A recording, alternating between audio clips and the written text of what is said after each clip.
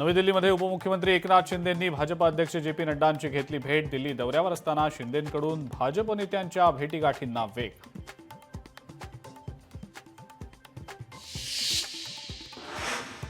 नाशिक महानगरपालिका आयुक्तपदी राहुल कर्डिलेंची नियुक्ती रद्द.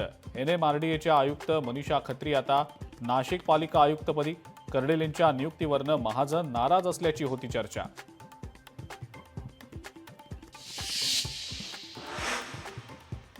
उद्धव ठाकरेंचा जानेवारीच्या पहिल्या आठवड्यात बीड आणि परभणीचा दौरा.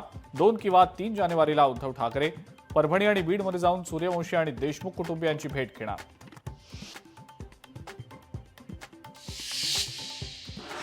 केंद्रीय वाणिज्य मंत्री पियुष गोयल उद्या नाशिक दौऱ्यावर. कांदा उत्पादक संघटना उद्या पियुष गोयल यांना भेटून निवेदन देण्याच्या तयारी.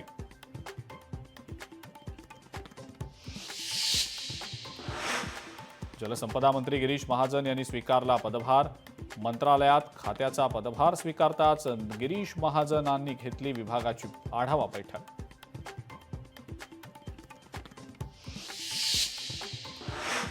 मंत्री बनल्यानंतर संजय राठोड यांचं पहिल्यांदाच छत्रपती संभाजीनगरमध्ये आगमन. बंजारा बांधवांनी पारंपरिक वेशभूषा परिधान करत संजय राठोड यांचं केलं जल्लोषात स्वागत.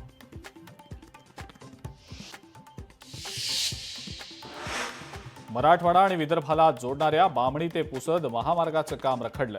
रस्त्यावरील धुळीमुळे शेती पिकांचं मात्र होतंय मोठं नुकसान.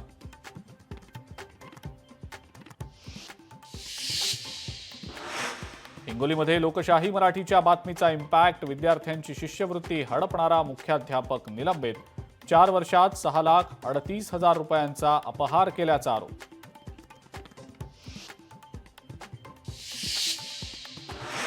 भंडारा शासकीय नर्सिंग कॉलेजच्या मुलींना पास करून देण्यासाठी प्राध्यापकानं केली शरीरसुखाची मागणी. विद्यार्थिनीच्या पालकांकडून प्राध्यापकाला मारहाण. भंडारा पोलिसांनी आरोपी प्राध्यापकाला केली अटक.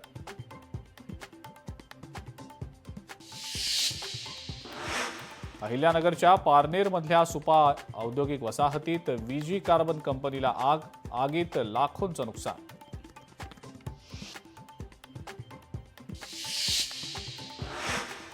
सांगलीच्या कवठे महांकाळमध्ये थरकाप उडवणारा अपघात. महामार्गावर एका व्यक्तीला अज्ञात वाहनाची धडक. व्यक्तीचा मृत्यू. तब्बल 50 मीटर मृतदेह फरफटत नेला.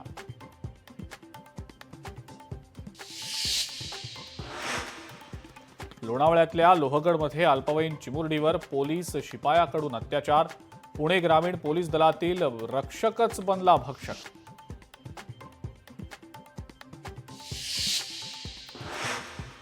आणि काश्मीरमध्ये वीरमरण आलेल्या चंद्रपूरकर जवानाला साश्रू नयनांनी अंतिम निरोप. वरोरा तालुक्यातल्या पिंपळगाव मारुती गावात अंतिम मानवंदना देत हजारोंच्या उपस्थितीत झाले अंत्यसंस्कार.